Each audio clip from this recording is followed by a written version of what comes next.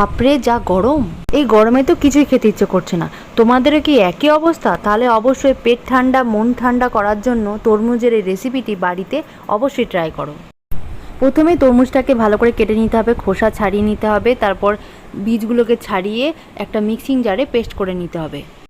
তারপর একটা গ্লাসের মধ্যে 1 চামচ চিনি দিয়ে দিচ্ছি, তারপরে তরমুজের পেস্টটা মানে তরমুজের জুসটা দিয়ে দিচ্ছি, তারপর চিনিটাকে ভালো করে গুলে নিচ্ছি একটা চামচের সাহায্যে। তারপর এর মধ্যে দিয়ে দিচ্ছি কয়েক ফোঁটা লেবুর রস, তারপর এখানে অ্যাড করছি সোডা ওয়াটার, আপনারা এখানে ঠান্ডা জলও অ্যাড করতে পারেন। সোডা ওয়াটারের সাথে তরমুজটাকে ভালো করে গুলে নিচ্ছি। এরপর এর মধ্যে দিয়ে দিচ্ছি 1/2 চামচ মতো বিট নুন, বিট নুনটাকেও ভালো করে গুলে নিচ্ছি।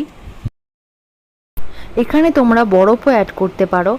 এরপর আমি এখানে দিয়ে দিচ্ছি টুকরো তরমুজ। ব্যাস তৈরি হয়ে গেল আমাদের তরমুজের শরবত বা মজিতো।